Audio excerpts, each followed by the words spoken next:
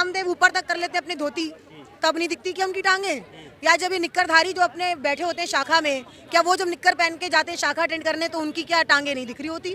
तो कभी भाजपा वालों ने उन पर तो कुछ नहीं कहा कि उनको भी पूरे कपड़े पहनने चाहिए। मैंने रिप जीन्स भी पहनी है और मैं यही दिखाना चाहती हूँ कि मैं 2 बच्चों की माँ भी हूँ, मैं अपना घर भी चलाती हूँ, मैं अपना बिजनेस भी चलाती हूँ और बहुत खुश है मेरे घर वाले मुझसे, मैं बहुत संस्कारी भी हूँ, मुझ में कोई प्रॉब्लम भी नहीं है। तो इसका मतलब ये नहीं कि अगर मैंने रिप जीन्स पहनी है तो मैं कुछ गलत कर रही हूँ, वो मेरी चॉइस है, मुझे कैसे ड्रेसअप होना है। वो संकीर्ण मानसिकता के लोग हैं, जिस फैक्ट्री से वो लोग प्रोड्यूस होते हैं, बीजेपी इज एंटी विमेन, और वो महिलाओं को शुरू से ही कपड़ों से जज करते रहे, उनके कैरेक्टर को कपड़ों से जज करते हैं, उनके संस्कारों को।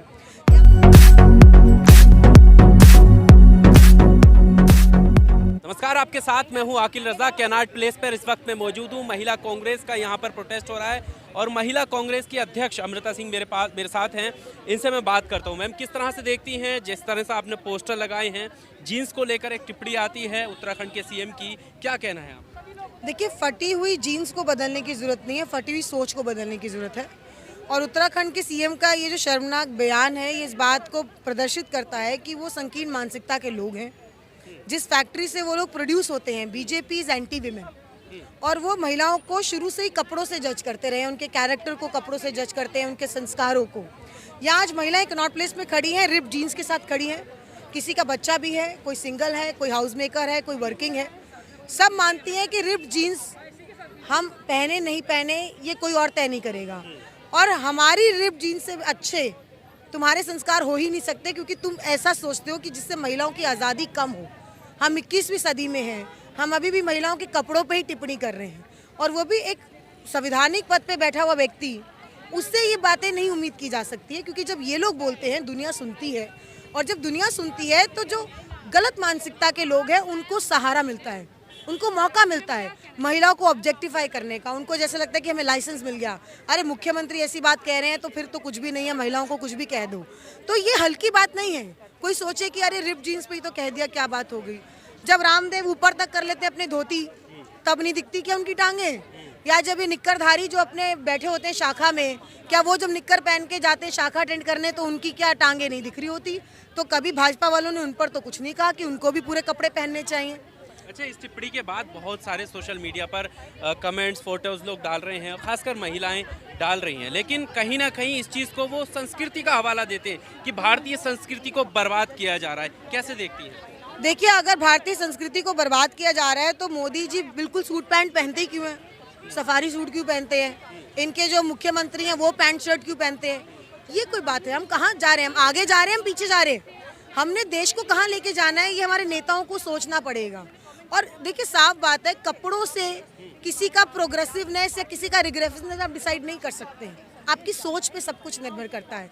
हो सकता है कि आपने धोती पहनी हो लेकिन आपने महिला का रेप किया हो, तो इसकी कोई गारंटी नहीं है। और महिला ने 4 महीने की बच्ची क्या पहनती है जिसका रेप हो जाता है? 90 साल की औरत क्या पहनती है जिसका रेप हो जाता है? जो महिला साड़ी पहनती है क्या उसके साथ रेप नहीं होता? क्या जो महिला सूट पहनती है उसके साथ रेप नहीं होता? पूरा शरीर ढका हो तब भी घटिया मानसिकता के लोग छेड़ना, शोषण करना बंद नहीं करते हैं। तो ये यहाँ पर बीमारी है, ये बीमारी कपड़ों पे नहीं है। तो महिलाओं को बार बार ऑब्जेक्टिफाई मत कीजिए। ये महिलाएं माँ है, मातृशक्ति है, इनको इज्जत तो दीजिए, इनको इक्वल अपॉर्चुनिटी दीजिए। वो अपने आप एक्सेल कर लेगी, उनको आपके आशीर्वाद की जरूरत नहीं है। लेकिन आदमी को ये समझना पड़ेगा जो इस सोच के लोग हैं, और भाजपा के ही लोग बार बार ऐसी बात क्यों करते हैं?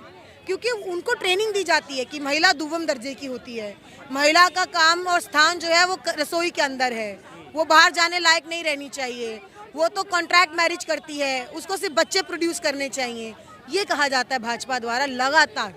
तो ये सीरियल ऑफेंडर्स है, मुख्यमंत्री को इस्तीफा देना चाहिए। वैसे भी भाजपा वाले मुख्यमंत्री बदलने में माहिर हैं, एक और मुख्यमंत्री बदल जाएगा तो क्या फर्क पड़ता है? अच्छा, ये मामला उत्तराखंड से आया है। इससे पहले आपने देखा होगा जब सीएम योगी आदित्यनाथ यूपी के जब सीएम बने तो वहाँ पर देखा कि एंटी रोमियो स्क्वाड चलाया गया। पार्कों में जो लोग बैठे थे, जो बात करते हुए पकड़े गए, या ये कहो कि आपस में अगर बातचीत कोई करे, और कई में ऐसे केस भी आए जो भाई बहन वो आपस में निकले, लेकिन उनके साथ बहुत सारे ऐसे संगठन जो आकर के उनके साथ उत्पीड़ना का सामना उन्हें करना पड़ा। कौन सी सोच है? देखिए, ये सुप्रीमेसी को एस्टैब्लिश करने वाली सोच है कि हम तुमसे ज़्यादा पावरफुल है। महिलाओं को बार बार ये मैसेज देना कि हम तुमसे ज़्यादा पावरफुल हैं क्योंकि हम सत्ता में हैं, क्योंकि हम पावर में हैं तो तुम हमारे हिसाब से चलोगी, इसलिए तुम अपनी मर्जी से घूम नहीं सकती, तुम अपने पार्टनर के साथ नहीं घूम सकती, तुम अपने भाई के साथ नहीं घूम सकती। ऐसा बहुत जगह हुआ है जहाँ पे यूपी में भाई बहन जा रहे हैं और उनको पीटा गया है, मारा गया है। मनोहर लाल खट्टर का भी एग्जाम्पल ना भूलें, वो भी लगातार अभद्र टिप्पणी देते रहे हैं। मोहन भागवत क्या कहते हैं कि रसोई में है महिला की जगह, बच्चों को पैदा करने के लिए महिला जन्मी है। तो ये सोच लगातार क्यों प्रदर्शित की जा रही है? क्योंकि इस सोच की ट्रेनिंग इनको दी जाती है।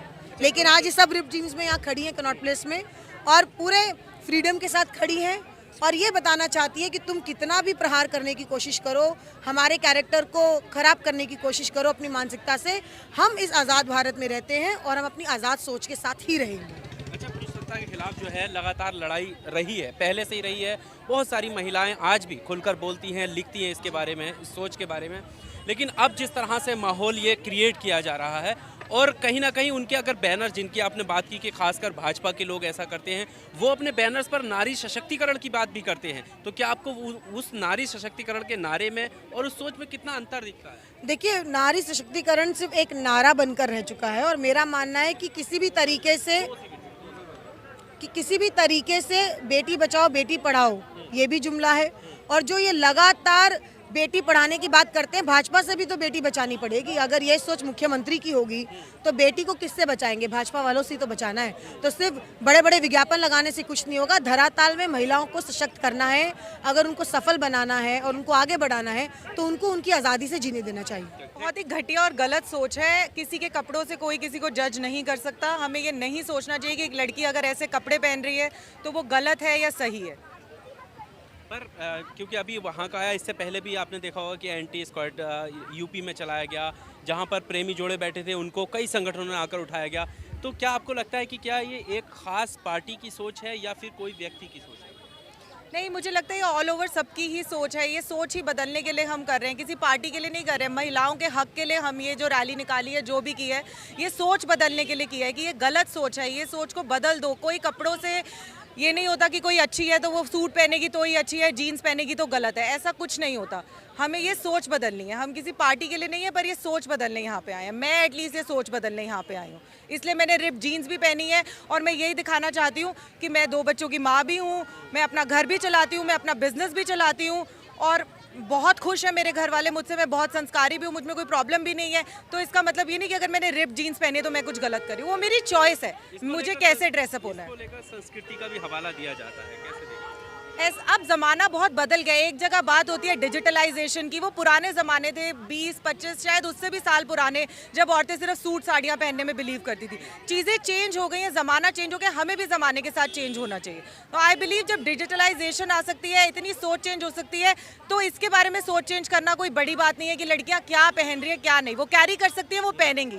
मेरे 2 बेटे हैं, मुझे लगता है हमें अपने बेटों को सिखाना चाहिए कि आप अपनी सोच बदलो। लड़कियों के कपड़े नहीं बदलेंगे, आपको अपनी सोच बदलनी पड़ेगी। जब लड़की जीन्स पहनती है तो सवाल उठते हैं, लेकिन वहीं अगर बाबा रामदेव की हम बात कर लेते हैं, वो धोती पहनकर टेलीविजन पर बैठते हैं, वो क्या उनके ऊपर क्यों फिर उनके ऊपर टिप्पणी कोई? यही सोच बदलनी है कि जो लड़कों को पहनना है वो पहने, जो लड़कियों को पहनना है वो पहने। किसी के पहनने से, किसी के पहनावे से आप किसी को जज नहीं कर सकते। ये सबसे गलत बात है। उनको जो कंफर्टेबल लगता है वो पहनेंगे, वो कैरी कर सकते हैं वो पहनेंगे। आप किसी को किसी के पहनावे से जज नहीं करते, चाहे वो लड़का हो चाहे लड़की हो। हम ये नहीं कह रहे कि लड़कियों को परमिशन दे दी जाए और लड़कों को मना कर दिया जाए, जैसे आप बाबा रामदेव जी की बात कर रहे हैं। उनको जो पहनना है वो पहने, कोई उनको कुछ नहीं कहता ना, ऐसे लड़कियों को भी नहीं बोलना चाहिए।